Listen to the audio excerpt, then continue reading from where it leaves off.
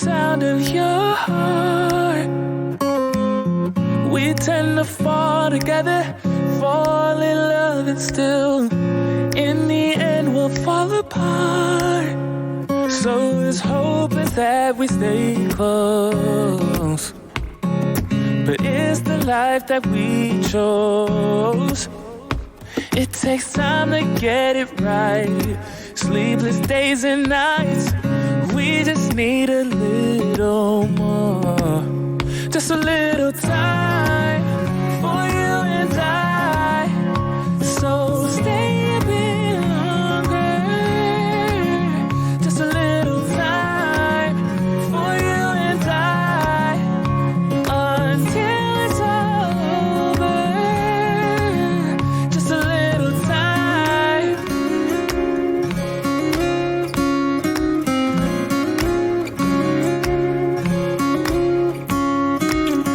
I think that we got blinded, 'cause when it's good it's great, so we can't see we're fading away. So there's hope is that we stay close, but it's the life that we chose. It takes time to get it right, sleepless days and nights. We just need a little more, just a little time for you and I. So stay a bit longer, just a little time for you and I, until it's over, just a little time.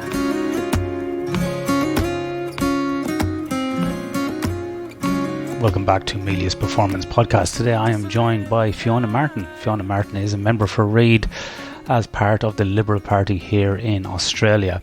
So she's a federal member of Parliament. That's one of those people that you see up debating at question time, maybe on TV if you're here in Australia, or if you're in other countries, you may have seen this being streamed. So Fiona is our first politician on the podcast, but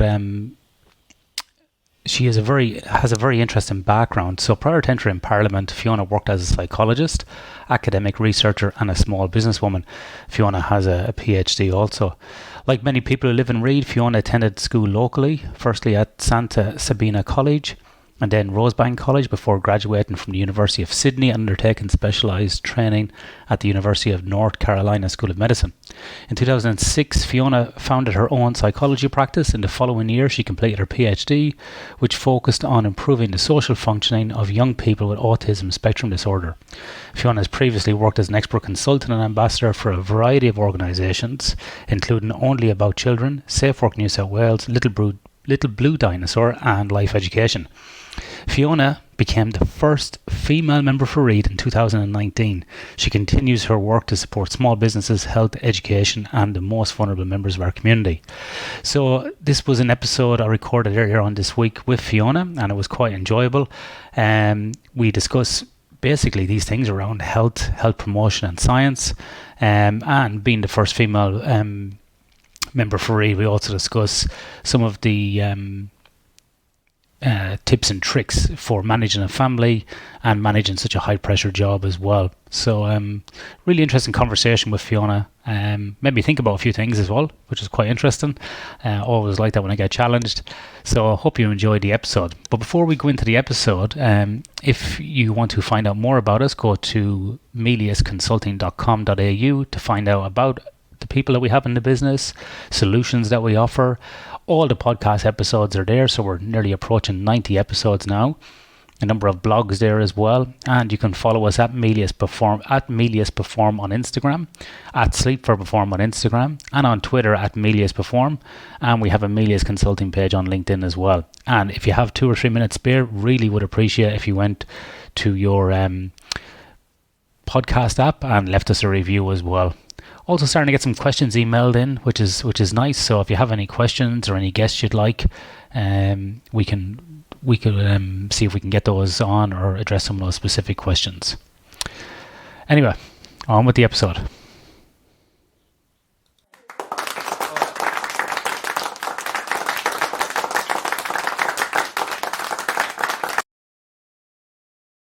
Welcome back to Melia's Performance Podcast. Today I am joined by a very different guest, Dr. Fiona Martin, who is a Member of Parliament here in Australia. Fiona, how are you doing? Yeah, well, thank you. Thank you for inviting me on today. So Fiona, how are you supposed to address a Member of Parliament? Is there a particular title we have to call you? No, just Fiona. Fiona's fine. Sometimes we're called parliamentarian, sometimes referred to as a politician, and sometimes referred to as an MP.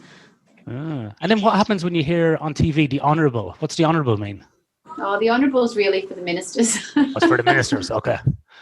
All right. Okay. So that's a title we might talk about in a few years. Hopefully. So Fiona, can you maybe give the listeners just a little bit of an overview of the seat that you hold in Parliament at the moment and for which party in Australia? Yeah, I represent the seat for Reid, which is the inner west of Sydney in Australia. It's one of the most multicultural seats in the nation. I have a constituency that is made up of people from Chinese, Korean, Lebanese, Greek, Italian. Hello, can you hear me? Yeah. Oh, sorry. the picture chopped out there. So we have a very multicultural community, people from various cultural backgrounds, religious backgrounds, and it is fairly young as well, lots and lots of families in Reid. And Reid includes suburbs like Drummoyne, Concord, Five Docks, Strathfield, Burwood, and Rhodes and Wentworth Point. And we capture 6 councils in the whole of Reid. So it's quite a large area, a lot of movement and activity, and it's changed a lot over time. So with migration, I guess, we've seen Reid change quite a bit. When I was at school here in Reid, back in the, how long ago was it now? I'm 43. So this, when I was, in high school in the 1990s, it wasn't what it is today. It's very much changed and certainly much more diverse than it was back then, which is good, It's really lovely to represent an area that's so rich in cultural diversity. So Fiona, before the podcast, we were talking, you have your own cultural background as well, which, you were saying is a mix between Greek and Irish. And then, so you're no kind of stranger to ethnic and cultural diversity yourself with your own family. Yeah, my grandparents on my dad's side, paternal side, migrated from a little Greek island called Castellorizo, which is near GNC. And my grandfather migrated to Australia in 1926. So that was some time ago. And on my mother's side of the family, there is a strong Irish, heritage there. So I am the result of multicultural Australia too. Yeah, which is good. So Fiona, on that background of that multicultural area, that must be very challenging to try to understand each group's kind of cultural, diversity. What's appropriate one culture may not be appropriate another. It'll be difficult to communicate maybe different ideas.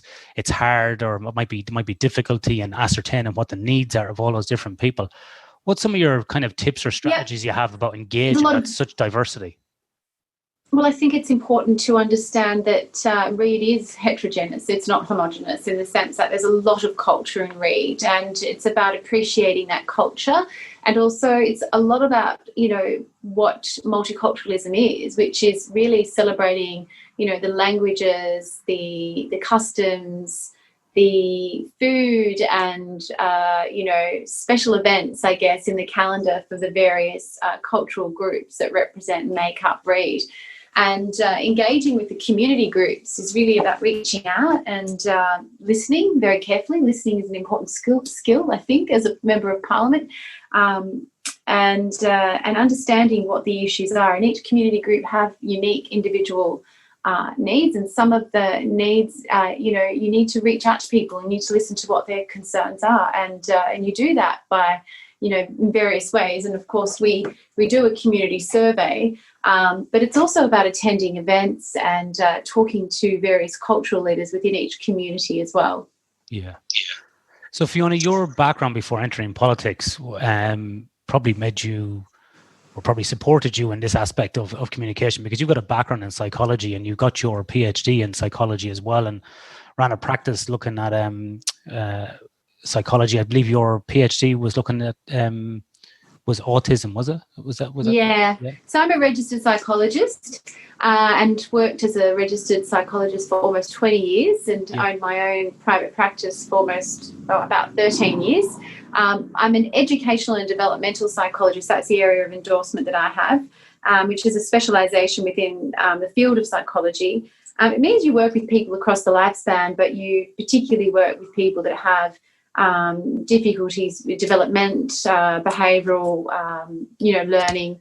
So I did a lot of work with young toddlers and young children who had developmental disorders such as Autism Spectrum Disorder, but also worked with families going through separation or divorce, relationship difficulties, treated a lot of people with anxiety and depression, with other conditions as well, but a whole range of conditions, and worked in a clinical practice with other psychologists in Sydney. So I come from the non-political world. In many ways, I'm not your typical parliamentarian. So that's a nice segue into Fiona. Is why did you, after all that time, getting a PhD is quite difficult. It takes a lot of time. You were running in this practice, and all of a sudden then you had this kind of what looked like on your resume, this kind of flip into politics with no precursor to politics. It wasn't like you were working your way through a government organisation. It wasn't like you were the leader of the Young Liberals or Labour, and then all of a sudden you run for the seat. What was the catalyst, or how did that come about? So I actually studied politics and psychology in my first degree. So I majored in government and public administration and politics at the University of Sydney. So I've been interested in politics for a long time. I was one of those young people who was involved in the Young Liberal movement at about 18 years of age. And prior to that, my first taste of politics was an ad in the local paper. They were looking for someone to be a facilitator for Youth Week.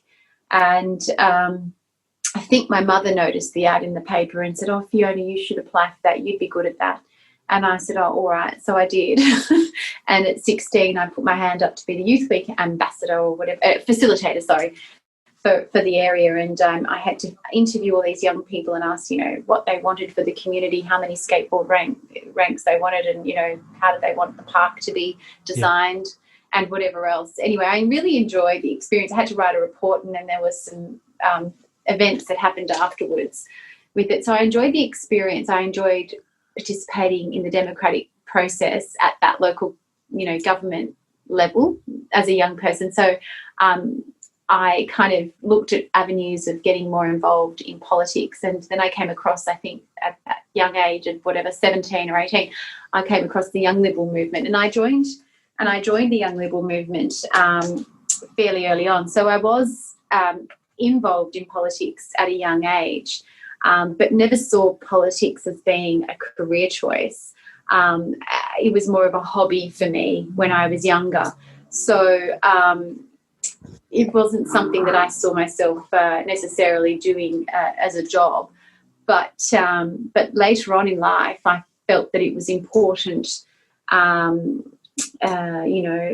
to be involved, because I was very interested in a whole range of aspects of government, and I'd always kept involved by helping out people, during campaigns and whatever, keeping involved in the Liberal Party. But there came a time where I felt that really we need more women elected to Parliament, and it was, okay to comment from the sidelines, but I thought, gosh, if I want to see a change, I think I'm going to have to be the change I want to see. So that's why I put my hand up. So, Fiona, you say you joined the Young Liberals. So for people who maybe, international listeners mightn't be familiar with politics, so in general, how would you be able to describe what the Liberal Party is? Well, I guess at its core, the Liberal Party stands for freedom. So it works to protect and support, liberty and the rights of Australians. in many ways, I was drawn to the Liberal Party, but because I philosophically believe in liberalism. And, I, valued people's freedom of association, and I also believed in equality of opportunity. And I guess, they were things that, were important to me. And so the values of the Liberal Party resonated with me, and I found that I was able to participate in grassroots politics with similar-minded people in a similar age. And so that's what really got me involved. And also, too, I think, it wasn't just at that branch level, it was also within the Liberal Party as well. So I was a young Liberal at the University of Sydney. I was involved in the Liberal Club. So student politics was also, I guess, another influence. And at the time, I think they were all fighting for compulsory unionism at the university. So those sorts of issues, came up. And I was surrounded by people who were in small business. As a kid, I would, hear conversations around the dinner table or, at home about running a small business. The Greeks are really big entrepreneurial people and love running small businesses, cafes and seafood,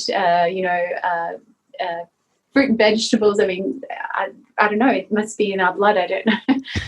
But Greeks are very entrepreneurial like that. So I grew up listening to people, family members, who were running small businesses, and listening to what they had to say about politics. So I think it must have had some kind of influence on me as a child. So Fiona, like the Liberal Party would probably be, if people are kind of in their mind's eye just trying to peg where they are, they're probably more to the right than to the left, where Labour would classically be in terms of politics. Yeah, I guess so. I mean, I think, John Howard, who is a former Prime Minister of Australia, and who was also involved in the Young Liberal movement when he was a young person, described the Liberal Party as a broad church. So it's, I think, in many ways a blend of libertarian beliefs and conservative traditions. So I mean, I think that it encompasses a range of views. For sure, yeah. I think there's I think like with any group, there's always a range of views. But I'm just trying to get listeners maybe to just in their mind's eye be able to describe it left and right, because a lot of people will look at it like that and wonder. And the reason why I wanted to kind of establish that is because, like we said, Fiona, a moment ago, you have a PhD. Nobody took it away from you.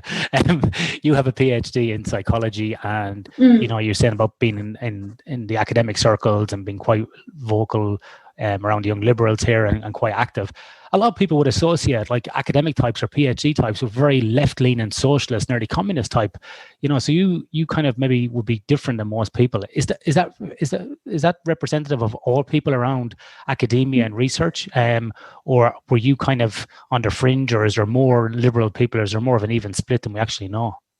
There's actually less people in politics on both sides that come from science backgrounds than there are from people who are from finance or law or from the political class, as I call it, people who have been staffers or who have worked in sort of public sort of servant roles in some way. So on both sides, there's a lack of people who come from health/science backgrounds. So it's good to see more people from the health sector, from science in Parliament, because it just brings about more diversity.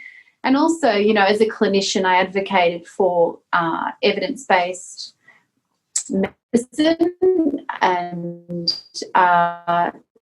evidence-based practice, which means that, I would say I was a scientist practitioner in the sense that my practice as a clinician was informed by the research. And so that in my new role as a parliamentarian, that influences my practice as well, I guess, in many ways, in terms of evidence-based policy. When I'm on a committee, when I'm talking about an issue, I like to reference what the research says. So that's the beauty, I guess, of having someone that has a science background in Parliament. Yeah, I totally agree with you. That's the kind of methodology I employ in my own work as well, is that look at the evidence first and then look at our practical application of where we've applied that evidence or those solutions. And then, we might be able to test some other, improvements as well as we go along. So I definitely, second what you're saying there about using the evidence. Just as a side note, Fiona, a lot of people these days, with stuff that goes on in the US political arena and what we see here in Australia, a lot of people are dismissing evidence-based science. They're not believing it. They're saying that science is just an opinion. And it's interesting because last year I actually asked somebody about this, and this kind of feedback that I'm going to share, it kind of indicates what people think about science.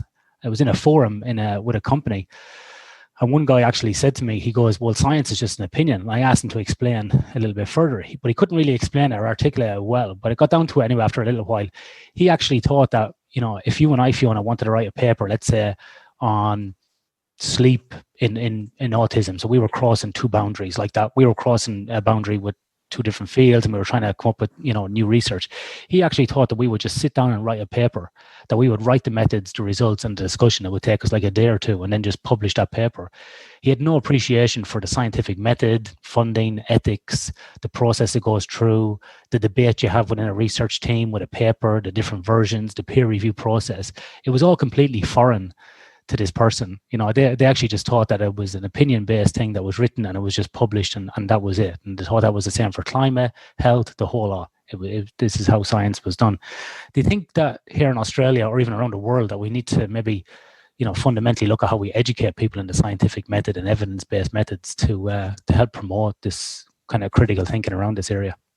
Well, yes, I do. And I think that, when you have people that come from science backgrounds in Parliament, that reinforces the message that, about scientific methods. I think a lot of, the science, I am trained in that way. And like I said, there's not many people on both sides of the Parliament in our system anyway. I don't know about in other countries around the world, but there are not many people on either side that have a science background. So that's why I think it's very important to ensure that we have a range of people represented in Parliament from different backgrounds. It's incredibly important that we don't just have people that come from the political class or from, a very narrow group of people, that we have a broad representation of different professions. I think that's important for our nation. Fiona, you've been quite vocal in Parliament. Some of your clips have been shared around LinkedIn and on Instagram, with some of your wording and reinforcement around the importance of certain health issues, particularly sleep. You communicated some of the findings from the Parliamentary Inquiry and Deloitte Access Economics recently with the Sleep Health Foundation. Are you using your seat in Parliament to promote health as a kind of a flagship thing that you're working on, or is it something you just feel really passionate about and you take the opportunity to talk about it in Parliament, or is it kind of your spearhead of your role? It sort of works both ways. I mean, naturally, I'm attracted to policy areas that I have a background in and I can contribute, in a big way. It just makes sense, doesn't it? But people who are from those sort of sectors, be that health, disability, or anything related, really, are attracted to talk or wanting to talk to me as well. Probably for the same reasons that it's a language that I speak and I understand. So I speak to people in the electorate and also community groups in the electorate, and when there's an issue that I think will benefit a lot of people, and I think that it's worthy of speaking about because it's going to have maximum impact on people's well-being and lives, then I often, sit down and put pen to paper and write a speech on that issue. So sleep's one of those issues that I think is fundamentally so important. I've always said in my practice that sleep is number one. And, you know, it's so important to us, really, especially at a time like this where mental health is particularly important, given the impact that you know, COVID has had on the well-being and mental health of people around the world, not just in Australia. I mean, sleep is our body's way to rest and repair, and it's really important for our brain function. And as you mentioned, that Deloitte Access Economics report indicated that almost 40% of Australians suffer from insufficient sleep. And we know that it increases the risk of, you know, health conditions, lack of sleep, that is, including depression, anxiety, but also conditions like heart disease, diabetes, you know, stroke, cancer, and Alzheimer's. There's so many conditions that are affected, like that are people are at increased risk of developing because of a lack of sleep. It's just so simple to problem solve as well. I mean, it's one of those issues that can be addressed, and it's very important not just for our health but for our economy as well, because it impacts on productivity. So I spoke to the chairperson of Sleep Disorders Australia, Michelle Chadwick, and she runs a not-for-profit organisation. And after speaking with her, I thought, gosh, this is just something that really would, it's so simple, but it's something that would really help so many people. And I think it's really important to raise the awareness of it. And I did a bit of digging, and I found out that the Health Committee had actually done a report on it some time ago and had recommended that we do a sleep awareness campaign. So, you know, I just reiterated the recommendations of that, which was a public awareness campaign on sleep and how to improve sleep, because I just felt that if we understood, you know, the risks and were better educated on sleep health, that we'd be much better off as a nation. So that's how that came about. Yeah, no, I think it's good always to reinforce that, because you know, people may be getting that message at different times, or they may have missed it. And I think, you know, the Sleep Health Foundation does some great work around this. So I'd urge people, if you're looking for free resources, to go to the Sleep Health Foundation. They've got lots of stuff there you can download, share at work, little packages and so on. And we've had obviously 70 odd episodes of this podcast here devoted to sleep, when it was Sleep for Performance. And we've had lots of people on there, world leading researchers, people who apply it in industry. So no matter where you come from, there's lots of free resources out there that people can access. So it's great to hear someone like yourself in Parliament talking about it as well, and getting that message out, because obviously we need good policy around this area, so it filters down into our community. Yeah, absolutely. I mean, it's one of the pillars for good mental and physical health. You know, the other two are diet and exercise. Yeah. And those three things are really the core for good health. So, you know, I'm happy to talk about those three things at all times, because I think, you know, well, health is really important. Health is number one. So Fiona, people might be sitting back thinking, I wonder, sometimes when I flick on TV, you see, you know, politicians maybe dozing off in Parliament at question time. Particularly in the UK, we've seen this a lot. Does this happen in the Australian Parliament, or is there just too much feistiness going on? Sorry, I didn't catch the beginning of that question. The bus is on in the back. There's a bus in the background here, right up the front of my doorstep. So that's all right. I think you that was a very astute political move there by saying you didn't hear the question. The question was the question was we've seen lots of footage, particularly in the UK, in my lifetime anyway. We would see English politics on TV in Ireland. We would see politicians falling asleep, and I'm just wondering, have you seen politicians falling asleep in Parliament, or is the Australian Parliament too feisty? Yeah, no, I definitely have seen one or two nod off, and because at the moment we're not always in the house at the same time, we're rostered on. So when I've seen somebody, you know, nodding off, I'll text them and say, "Wake up! I can see you nodding off." Yeah, no, definitely it happens from time to time. Most of them are alert. You know, you just got to stay. I mean, it's a long day in Parliament. You know, you start the day very early and it ends very late. So you can understand why they might, you know, rest. But it can get feisty in there at times in question time. It can definitely get feisty. I was going to ask you, Fiona, because you come from a professional background, you know, working in these areas where it would be kind of calm and measured. And then in Parliament, you know, it always struck me as kind of interesting in Parliament that, you know, grown people leading the country would shout and roar at one another, heckle each other. And I thought, if you did that, like I started my career in the military and then went into mining before coming out on my own. And I thought, God, if you did that in a meeting in a mining company or in the military and you were heckling each other like that, there'd be serious repercussions. Was that a shock to you when you went into Parliament to see that kind of live right in front of you? A little bit, yeah. It's a little bit confronting for someone who works to basically resolve conflict. Yeah. But, you know, in many ways, it's kind of theatrical conflict, you know. So, I mean, it's, you know, some of it is a bit put on. But, yeah, it can get feisty in there on certain issues, on certain problems that, you know, are being debated and issues that are being debated. I guess, yeah, it's a little bit strange, isn't it? Because I'm there being, in my practice as a psychologist, you're very collaborative and consultative in your approach, and you're also about conflict resolution and teaching people conflict resolution. So it is a little strange for me to sort of enter that environment. But it is lots of fun, and it's entertaining at times as well. Yeah. I do often wonder though, like, is it really a good message to be sending from a leadership perspective to people? I do wonder about that. Whilst I know it's theatrical and, you know, it's part of politics, you wonder just sometimes, like, is it a good message or not a good message, you know? But it's quite interesting. Then culturally across the world, different parliaments behave differently around that as well. So it's interesting to look at.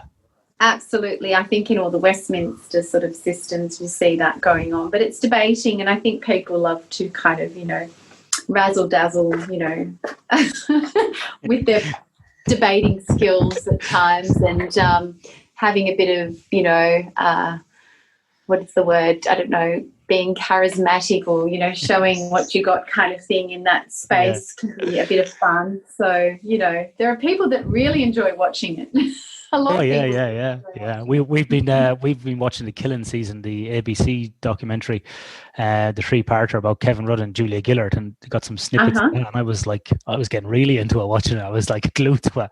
I had to watch one episode after another. I was really getting into it. And then we watched Question Time a few weeks ago, or quick Q&A, on a Monday night. Well, and Malcolm Turnbull was on, and Paul Kelly from The Australian, and a few others. Oh, yes. And even my wife said, wow, if it's like that every week, I'm going to keep watching it. It's so good. Because they were getting a bit feisty, Malcolm Turnbull and Paul Kelly, and I think Bob Carr was getting quite animated. So maybe it does attract viewers. Maybe it's better than watching the Kardashians. Yeah, I think definitely better than watching the Kardashians. But people get really passionate, and they believe, you know, strongly believe what they're saying. And so I think that's where it comes from. Yeah. So Fiona, you're obviously extremely busy with that role, and kind of traveling up and down to Canberra, meeting people within your seat for Reid, and then also on top of this, you're married and got 4 kids. How on earth do you balance all this work and still find time to, you know, keep fit, spend time with the kids, you know? And be kind tough. of upright and happy. Yeah, like all working families across Australia, I'm just one of them, really, you know, just trying to balance work and family life. I won't say it's easy. It's definitely challenging at times, but it's, you know, it's what I've always been and what I will always be. You know, I've always been a working parent, and I think that there are so many working parents out there doing what I'm doing. So I'm just like every other working parent, really. And I think that I've told my kids that I'm serving the country, and it's like mummy's in the military in many ways, except instead of holding a weapon or whatever, I'm speaking in Parliament. So I just said, you know, when I go to Canberra, it's like mum's going over the seas to serve, you know. And then I come back. Fortunately, I come back sooner, and they understand that. In some ways, I think they've had a greater appreciation of our political system and a better understanding of politics because of my contribution, and so that can be a good thing for them. And I also just try and devote time to each of them individually when I am around. So I wouldn't be able to do it if it wasn't for my wonderful husband and all my family, really, including my mother. But you know, we're all working parents these days. I mean, there are so many, you know, dual income families in Australia. I'm really just another, you know, working parent. Yeah. And so do you have any, well, not all working parents are on TV and have their life scrutinized, but do you have any insider tips maybe for parents out there that might be, as you said, dual income working families?